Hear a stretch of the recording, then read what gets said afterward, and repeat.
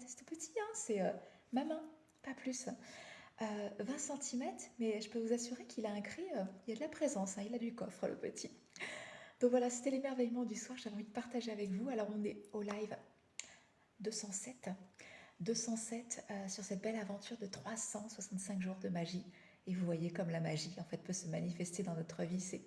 Je crois qu'accueillir la magie dans sa vie, c'est avoir cet émerveillement en fait perpétuel pour tout ce qu'il a à découvrir en fait le monde continuellement avec les yeux d'un enfant curieux. Et j'avoue que j'ai su préserver ou retrouver, c'est le mot plus juste, retrouver cet émerveillement et la curiosité d'un enfant en moi quotidiennement.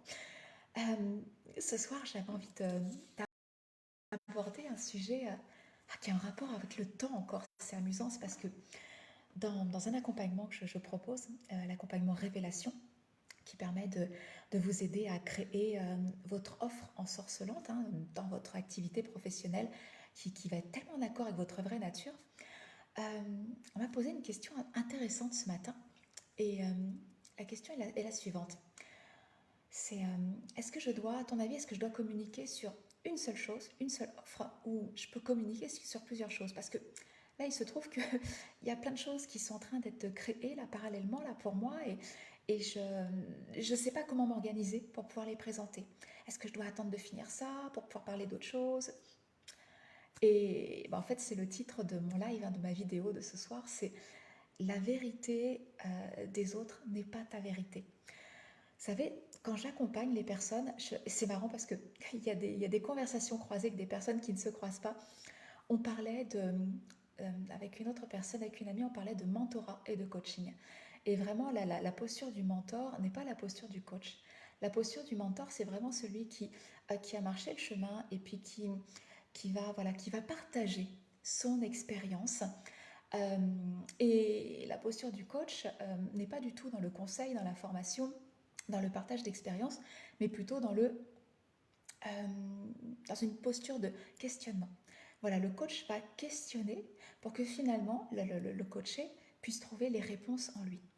Et je disais à cette amie, je dis, tu sais, moi j'adore le mentoring parce que finalement, moi ce qui me plaît, c'est de marcher le chemin, voilà, d'aller chercher des ressources, de comprendre comment ça fonctionne et de le partager.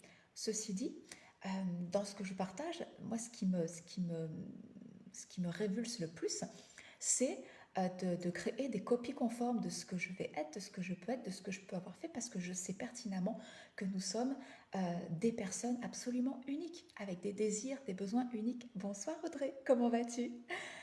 Donc, tout ce que je crée, en tout cas dans les accompagnements plus privilégiés, moi j'adore la posture de mentor, mais de temps en temps, je vais prendre une posture de coach et je vais questionner pour que finalement l'autre puisse alors trouver peut-être en effet des éléments de réponse, fonctionner en miroir avec le partage de mon expérience, mais surtout qu'elle puisse trouver sa propre vérité.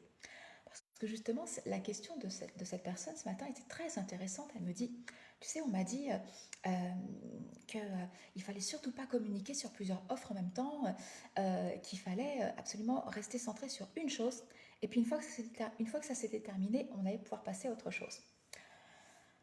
C'est vrai, et en même temps, c'est faux. Alors déjà, personnellement, j'ai expérimenté les deux. J'ai communiqué sur une seule chose et c'est vrai que ça fonctionnait. Et comme je suis très très créative, j'ai aussi communiqué sur plusieurs choses en même temps et ça fonctionne aussi. Alors je lui ai expliqué justement tout ce qu'il y avait en arrière-scène pour que je puisse fonctionner justement avec cette diversité, cette créativité absolument juste abondante. Et encore, je me trouve très très calme comparée à certaines personnes qui, elles, communiquent sur... Mais j'ai l'impression qu'elles créent 10 offres à la minute et elles communiquent et il n'y a pas de souci, ça fonctionne. Je t'invite à découvrir Olivia Sotero si jamais tu ne connais pas cette femme extraordinaire. Elle est l'exemple même de la femme qui va créer au gré de ses inspirations et qui va avoir aucun complexe à communiquer sur 10 propositions, 10 offres et peut-être même plus sur certains mois. Je vous avoue que parfois je ne la suis pas, mais c'est ok. Ce que je disais à ma cliente, à la personne que j'accompagne actuellement, je lui ai dit, tu sais, La vérité des autres n'est pas la tienne. L'essentiel, c'est que tu puisses trouver ta vérité. Si tu crées aujourd'hui plusieurs offres et que tu as envie de communiquer sur plusieurs offres en même temps, fais-le, à une condition que finalement, ce désir, en tout cas cette envie de communiquer, elle part d'un élan joyeux. Pas d'un élan qui dit oh là là, il faut que j'en fasse plus, il faut que j'en fasse plus parce que je manque. Si tu pars de l'énergie du manque, concentre-toi sur une chose. Voilà, déjà, dans un premier temps. Si au contraire ça part d'un élan joyeux, fais-le. Mais il y a plein de choses à structurer aussi en arrière pour en effet ne pas te perdre déjà toi. Parce que je dirais, quand tu communiques sur plusieurs choses en parallèle, l'essentiel c'est que tu sois très clair sur la fonction, en fait ce que tu vas travailler dans chacune de tes offres, l'expérience que tu vas proposer à tes clients dans chacune de tes offres. Et puis il y a aussi quelque chose qui est très très important et que j'ai abordé avec elle, c'est de faire confiance. De faire confiance, en fait, à nos clients. Faire confiance que, finalement, on va être dans notre propre rythme et de temps en temps, ils vont être en phase avec notre rythme et puis pouvoir accueillir tout ce que l'on propose. Et puis de temps en temps, ne plus être en phase avec notre rythme, ils vont savoir. Ils vont être en capacité de dire, ben, là je coupe, là j'ai besoin de mettre en sourdine pour pouvoir respecter mon propre rythme à moi. Je vais vous l'illustrer de façon très concrète. Je vous parlais de justement Olivia Sotero et j'adore l'énergie de cette femme. C'est pétillant, c'est gentil Conscience la vie. C'est pétillant, euh, c'est c'est créatif, mais avec une exubérance incroyable. Et il y a des moments où je vais pouvoir écouter tout ce que Olivia propose, tout ce qu'elle crée, pour me nourrir aussi de cette énergie qui est la sienne. Et puis de temps en temps, quand je suis dans ma propre puissance créatrice, parce que voilà, je suis très inspirée, j'ai aussi des choses à créer, ben je sens que son rythme à elle, qui est toujours très intense ou parfois qui va se densifier, n'est plus en phase avec mon propre rythme. Et dans ces moments-là, ben je vais juste simplement voir qu'elle a publié des choses, qu'elle est en train de parler de certaines choses, et je vais couper. C'est-à-dire, je dis, ben non, je n'écoute pas. C'est pas le moment. Ça m'appelle, je suis curieuse, mais je sens que c'est pas le moment pour moi. C'est tellement, tellement important qu'en tant qu'entrepreneur, vous puissiez faire confiance à vos clients, tout comme vous allez vous faire confiance à vous. Si vous faites confiance dans votre puissance créatrice, eh bien ne vous limitez pas, ne vous bridez pas. Si elle a envie de s'exprimer avec autant d'intensité, avec cette diversité, allez-y et suivez votre propre rythme. En même temps, quand vous vous ferez confiance, eh bien forcément, ça va vous amener à faire confiance justement à vos clients. N'ayez pas peur. Même si vous communiquez d'une façon qui peut vous sembler, tiens c'est marrant, les jugements que l'on a envers soi-même, c'est intéressant de les observer puis justement de les détruire, de les déconstruire, les démonter. Mais si vous avez le sentiment que vous allez être un peu lourde, que vous allez peut-être perdre votre communauté, vos clients, que vous allez les disperser, ben, questionnez-vous justement par rapport à votre propre clarté et votre dispersion. Je peux vous assurer que si en arrière-scène, c'est très clair pour vous, et j'ai une façon justement de travailler cette clarté, de travailler mon parcours client, de travailler la façon dont je communique aussi sur mes événements. C'est quelque chose que j'ai mis en place progressivement. Et je partageais ça ce matin avec la personne que j'accompagne. Je dis, écoute, voilà comment, là je suis dans ma posture mentor. Voilà comment je fonctionne. Voilà comment j'ai trouvé ma temporalité. Voilà, maintenant, toi, je te pose des questions par rapport à tes produits, tout ce que tu as envie de créer actuellement. Et j'entends, il y a ça, il y a ça, il y a ça. Ok. Quel est l'objectif? Quelle est la finalité? Où est-ce que tu veux emmener tes clients à travers chacune des expériences? Ok.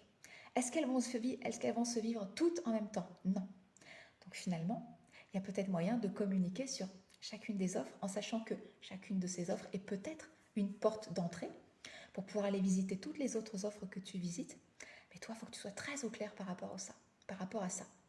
Donc, la vérité des autres n'est pas ta vérité. Fais-toi confiance. Je suis en train de résumer. Fais-toi confiance. Trouve ton propre rythme. Et cette notion de rythme, de cyclicité, c'est quelque chose que l'on travaille. Ah, c'est quoi ces petites bêtes qui viennent me faire coucou? Ah, c'était une coccinelle. Décidément, j'en ai des petits animaux qui viennent m'envoyer des messages ce soir. Un petit duc et une coccinelle. Ok. Je disais quoi? Je disais que la vérité des autres n'est pas ta vérité. Et de un, fais-toi confiance. Si tout part d'un élan joyeux, vas-y.